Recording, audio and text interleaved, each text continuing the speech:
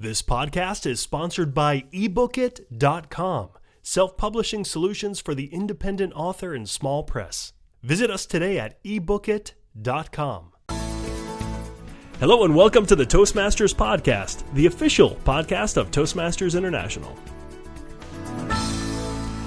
Hello everybody and welcome to another edition of the Toastmasters Podcast. My name is Bo Bennett. And I'm Ryan Levesque. We have a special guest today. Ryan, who are we speaking with? Our guest today is Dr. Dave Logan. Dave Logan is a best-selling author, an expert in cultural transformation in the workplace, a senior partner at CultureSync, and a faculty member at the Marshall School of Business.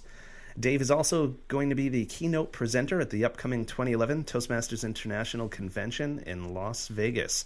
Dr. Dave Logan, welcome to the Toastmasters Podcast. Oh, thank you very much. Great to be here. It is a pleasure to have you with us. Now, Dave, I know that your most recent book is entitled Tribal Leadership, and I'm sure that's going to play that concept of tribal leadership is going to play a big part in your keynote presentation. So for our listeners who aren't familiar with the concept of tribal leadership, could you start us off with a common language here by explaining what you mean by tribe? Yeah, sure. Well, the book is really about leadership. Tribe is a method to get to leadership, and so ultimately leadership is about making something happen that wasn't going to happen anyway. It's kind of a nifty little definition. And so where tribes come in is a tribe is the basic unit of a group of people in which leadership happens. So in a sentence, what tribal leadership is that the leader forms the tribe and elevates its culture. I'm sure we'll get into that during this podcast, and then when they reach a certain level of effectiveness, the tribe recognizes the leader as being the person that put all that together. Could you provide us with an overview of what I believe the 5 stages of the different tribes? Yes, sure. So the big probably breakthrough or the big new idea in this book is that what a leader has to do if they're going to be effective is they go into a group that already exists, a tribe that's already formed, or form it first. But so now they've got a tribe. The question is, how good is the tribe? How effective is the tribe? And there are really 5 flavors of tribes. There are 5 types of tribes. So this goes on a ladder from least effective, everything you don't want, all the way up to the top, which is everything you do want. So all the way at the bottom, what we call stage 1, this is the bottom of the barrel, how people communicate. This is all about language. It's all about talking. Is they communicate in terms of life sucks. That life is just inherently unfair. You can never cut a break. You do whatever you can to survive. So just a quick little illustration of that. I was in a company a few years ago, and somebody was trying to load this big, heavy printer into his car. And he was in the process of trying to lift it off his desk, and he was clearly about to hurt himself. So I got on the other side of it. We carried it out to his car, put it down. Remember, his whole car kind of, you could see the weight of it just rippling through the car. And as we were done, I was wiping the sweat off my face. I think he was probably doing the same. I said, "What's the deal with the printer?" And he said, "Oh, well, I got fired today. They didn't give me enough severance." And he pointed to the printer. "That's my severance." So that's Brilliant. stage 1. It's where, again, this whole deal is just so completely unfair that we have to do whatever it takes to get ours, get mine. And so you see criminality in these. You see people cooking the books if it's an organization. This also explains things like gangs and terror cells. No matter where you go in the world, there's always a form of stage 1 or several forms of stage 1. And as leaders, we do need to be on the lookout for them because, again, they can do really, really bad stuff. So Gotcha. That's stage 1. And I'm sure that you didn't know that you were a willing participant in a crime at the time. Well, thank you for your concern. Yeah, I found that I was an accomplice to a crime, but I made it all good. So, all right. Yeah, we're back in happy land. So then stage 2, if we go up a level, they don't say life sucks. They say my life sucks. And that might sound similar to the first, but actually it's completely different. It's more like I'm stuck here at work. If I got to go to Toastmasters, then my life would be good. But I don't get to do that, and so I'm just going to sit here and do my job. And I'm not really developing, not really going anywhere. Every time I try something, it doesn't work. I make suggestions. Nobody ever follows up on them. So I'm just going to sit here, do my job, do the minimum to not get fired. And where you see stage 2, where a lot of us are familiar with it, would be like in the Department of Motor Vehicles or the place that screens you and your luggage before you get on a plane, the TSA. These are just classic stage 2 groups. And the problem with it, if you actually listen to them, they'll say things like, my life sucks. but they're really ineffective. There's no collaboration. There's no innovation. The minute somebody steps forward and says, come on, let's get something going, the tribe just devours them, just eats them alive. So they extinguish or they kill any kind of leadership. They don't kill the leader, but they kill the leadership. So invariably, if somebody tries to overpower a stage 2 tribe with positivity, it doesn't work. So there are ways to change stage 2, but usually what people try, that stuff doesn't work at all. In fact, it just irritates people and reinforces the fact that their lives suck. So that's stage 2. Gotcha. Let me interrupt you for a second. In your presentation, are you going to be giving some advice on how you can get your stage 2 tribe out of stage 2? Yeah, the whole point of the keynote is going to be, as leaders who are interested in and effective in communication, how do we communicate with people to make them really great tribes? That's what leadership is, right? Okay. Taking people where they are, moving them forward, making them more effective, making them more competent. And so if you can take a tribe wherever they are and by moving them one stage at a time, get them up to the zone of high performance, that's leadership. At that point, they can do almost anything. They can change the world at that point. And they will credit you as the person who did it. So the whole point of the keynote is, let's find out exactly how to do that. Okay. So moving on to stage 3. Okay, stage 3 is actually the most common in organizations, and the theme there is I'm great, and sorry guys, but you're not. I'm great, and you're not, and here's where I then go into my credentials and stuff that I've done and my resume, and I want to tell you all about it. And even if you don't ask, I'll probably tell you. Did I tell you this latest thing that I did? Oh, I didn't? Well, let me tell you. Oh, I told you? Well, let me tell you again. So it turns into very me-centered communication, and it's actually coming from a fairly good place. It's not that everybody's kind of a raging narcissist. It's more that, they're competent, they're good. If it's an organization, they were hired to do certain things. They were hired because they have skills. Right. That's how they're trying to approach problems. But when you've got everybody in a tribe saying, here's what I think. No, here's what I think. Well, I think something different. Well, here's what I think. They never get anywhere. So it's conversation without end. So they're much more capable, much more competent than stage 2, but they're just locked in this eternal discussion that never goes anywhere. And unfortunately, that's the most common kind of tribe that we see in organizations, 48%. And the kind of strange thing is, the more people develop themselves, the more likely they are to find themselves in that kind of a culture. Because, we're all smart, that's why we're here. We're all educated, that's why we're here. We're all, good salespeople, that's why we're here. But we find ourselves at stage 3, so it's kind of me against everyone else is how it feels. It's frustrating, there's really no leadership. And, that's where we find ourselves. Sounds like some networking events I've been to, stage 3. Yeah, I was at a networking event. I won't say which one this was, but it was kind of like a highbrow event. And so the person leading it said, from the podium, he said, okay, look, everybody stand up. So we all stood up. And he said, okay, I've got 2 questions for you. Number 1, what do you do? And number 2, what kind of car do you drive? Oh. And now it's your job to go tell people. So just teased by people who said, investment banking, Mercedes, management consulting, Lexus. That's stage 3. Right. The important things in life. So then when we move on to stage 4, this is actually the zone of high performance and all that stuff that people talk about. So this is where people say we're great. So the question is, who's we? So we is actually the tribe. So if you're in a big organization, when people say we, they usually don't mean, like IBM, because that's too big. Or if they work at Walmart, they don't mean all of Walmart. They probably mean some little tribe. Maybe it's the tribe in my store, maybe it's my department, maybe it's the group that I hang out with. But what shifts I to we is the recognition that people really share these values, that there are some core commitments that they have that are really shared by other people. So the kind of classic moving stage 3 to stage 4 stories like the Manhattan Project, the group that built the first atomic bomb. Robert Oppenheimer, classic tribal leader, here's what he did. He brought together literally the best and brightest in the world, sat them all down. I mean, these are people who went on to win Nobel Prizes, and your iPhone works because of people in this room. And really stage 3. And he said, okay, look, I'm just going to level with you.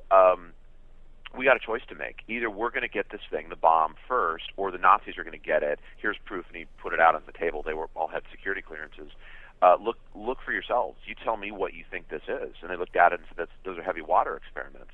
So he said, those of you that escaped Nazi Germany, which is a fair number of them, tell us what you think will happen if they get the bomb first. And the answer was, essentially, they're going to drop it on everybody. The only place that will be left will be, the territories that they'd already conquered. And so then Oppenheimer said to them, it's your choice. What do you want to do? Do you want them to get it first? If so, do nothing. If you want us to get it first, then we need to find a way to work together. And suddenly they began talking in terms of we. So again, that's recognition of shared values, like, save the earth is probably a shared value. And when people start talking in terms of it, all that interpersonal friction falls away. They say we, they mean the group. Then instead of saying, here's what I think, they'll say, well, say more about what you think, because it seems to go together with what this other person said. Notice Oppenheimer did that purely through communication. So you can produce high performance purely through your communication with other people. All right. Interesting. So stage 5. Okay, top 1. So this is really rare, and we don't even say it's the goal. The goal is to go here on occasion. This is the tribal stage that produces some kind of innovation that is so remarkable, that is so cool, that it changes the world. So this is the group at Apple that said, let's revolutionize people's relationship with music. So what they say is, life is great. That there's no kind of there's nothing that's going to stand in between us expressing those values to the world, right? It's our values in the world, and we're going to find a way to make an impact no matter what. And this was literally the kind of group that built the graphic user interface. So you go down the list of technology, it almost all came out of stage 5 organizations or stage 5 tribes. We found a number of them when we were doing the study. One of them was Pixar. We said, who's your competitor? We expected to hear maybe DreamWorks, and they said, oh, it's hair. Like, what do you mean hair? You're in competition with hair? They said, yeah, and they touched their own hair. We can't make hair look decent in the movies. It looks like Barbie hair. So at stage 4, you know who your competitor is. It's, your rival. But at stage 5, there's no competitor. We're in competition with something really esoteric, like knowledge, like hair.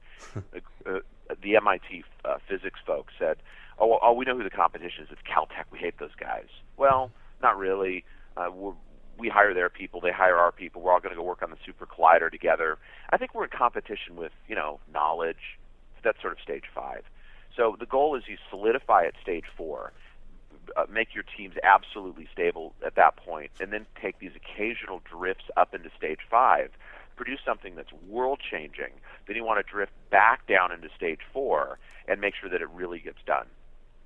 All right. Very cool. Interesting stuff, Dave. So we've covered the 5 stages of a tribe, but Dave, I want to go back to another point related to the definition of the tribe.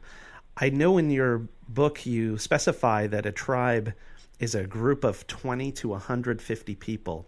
Right. And help me understand this. If you have 19 people, I understand you'd call that a team. So what is it that happens when the 20th person joins that transforms that group from a team to a tribe? And what if the 20th person really doesn't pay attention much and is more of a daydreamer and a drifter, and they really don't count? Right. What if they've taken a lot of NyQuil that morning? Exactly. That makes them only count as half a person? Exactly. So first of all, there's nothing magic about 20. It's what we call an ish number. So 20-ish is where a team transforms into a tribe. How it's different, if you think of a group of, let's say 5, so clearly way smaller than a tribe, what happens is they'll still talk in terms of those tribal stages, but they're going to jump all over the map. So 1 minute they're talking stage 2, yeah, it really stinks around here. We're not getting any benefits. They're going to shut us down. Yeah, I heard we're going to be sold. Yeah. And then suddenly somebody gets an email that's really funny, and they read it, and now they seem to sort of be in stage 4. So they just jump all over the place. When you get into a tribe, that's the 20-ish to 150-ish number, what happens is there's a certain way they communicate, and it becomes fixed, becomes rigid. And so that way, even if a new person comes in, or a person's having a good day or bad day, the tribe will reset that person and get them to talk the way they've always talked. So that's why tribes are really important. At 20, there's a certain way they communicate, and unless you go in and rewire it and move it to the next level, that's how they're going to talk. The TSA is really hard to change. The DMV is really hard to change because they're tribes. They're not just teams. Somebody goes to a great meeting, they read some leadership thing, they go to some seminar, they get all excited, and they come back. They really want to share what they learned, and what they realize is nobody has any interest in actually changing. In fact, we have every interest in just pulling you back down into the abyss of despair. Right. So a tribe is 20-ish to 150-ish. Yeah. What would be the term for a group that's over 150-ish? Well, something else. It could be a business unit, an organization. How we would talk about it tribally is once you pass the 150 mark, you're just going to split into another tribe. That just happens automatically. Okay. So the Romans knew that. When they had around 150 or less, it was the basic fighting force, they won wars. And when their basic fighting force got bigger than 150, it became very political. There's kind of an in-group and out-group. It would become very cliquish. They just wouldn't work well together. And what the Romans cared about was winning wars. So being Romans, they didn't particularly care why. They just made the basic group less than 150, which is why the word centurion literally means leader of 100.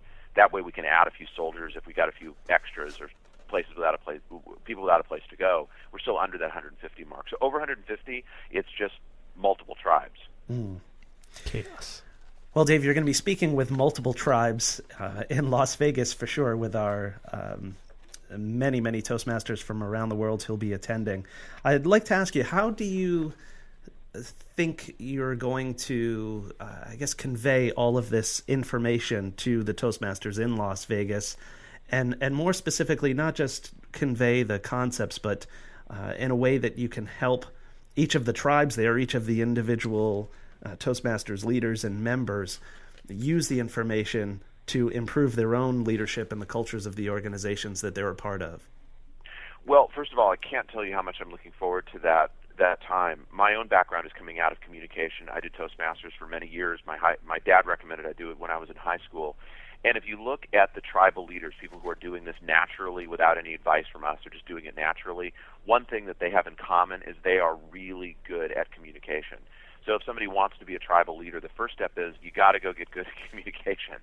Then one of the pieces of advice I always give is go join Toastmasters. So in a sense, people are way down the road already. So this is just such a great opportunity to talk to people who have spent a lot of time really learning communication, also learning how to listen, learning how to critique, learning to listen to the subtleties. They are uniquely set up to be tribal leaders. And so, direct answer to your question, we're going to do everything we can. And when I say we, that's the whole group that's trying to coordinate this and make sure that this is a great use of people's time. We're going to make sure that by the time we're done, people walk out the door with the knowledge and the ability to actually get this done. So just couldn't be looking more forward to it. I'm just when I think about it, I get excited, and I probably said a couple ums in there, which is a big Toastmasters no. So hopefully, I'll be forgiven for that. We forgive you if you forgive us ours. I feel your forgiveness. Right. Well, we are certainly looking forward to it, Dave. It sounds like it's going to be a fantastic keynote. Yes, indeed, it will. So, a final question for you: which leaders or authors inspire you? Well, in terms of leaders, this was a tough question, because if I mention somebody that's an elected official, then it sounds like I'm being political. So probably the guy on the person that's on the stage right now more than anyone else who seems to be exhibiting the behaviors of a tribal leader is David Petraeus. Mm-hmm. And I can't figure out what political party he's in, so if you happen to know, please don't tell anybody. But the reason he's so good is he'll go into any situation, military groups, local groups, on the ground, political groups. He's really good at listening. He's really good at figuring out where people are in terms of the tribal stages. He's really good at moving them up to the next level. And if you look at not just his success, but the effectiveness, that's why we should want to do that, right? He's really well-loved. He's well-loved by people on both sides of the political party, well-loved in the military, well-loved outside the military. That's what you can do as a tribal leader.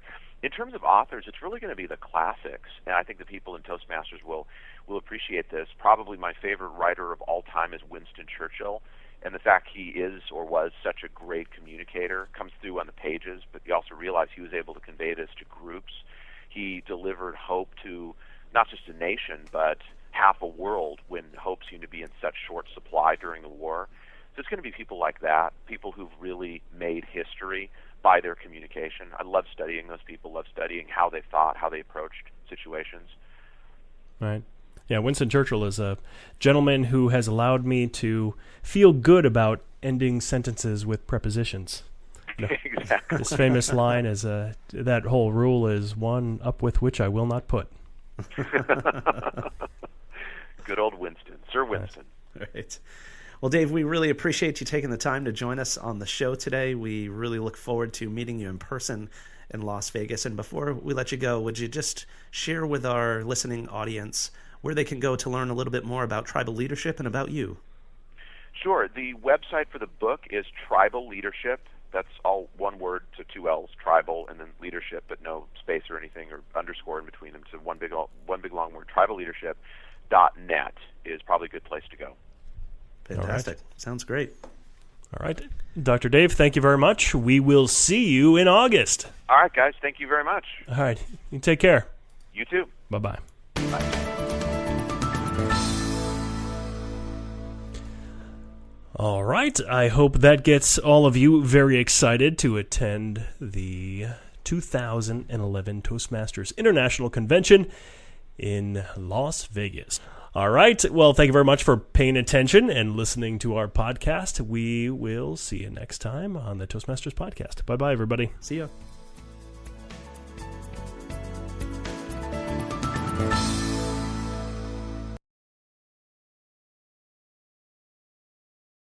Isn't it about time you published that book you've been thinking about?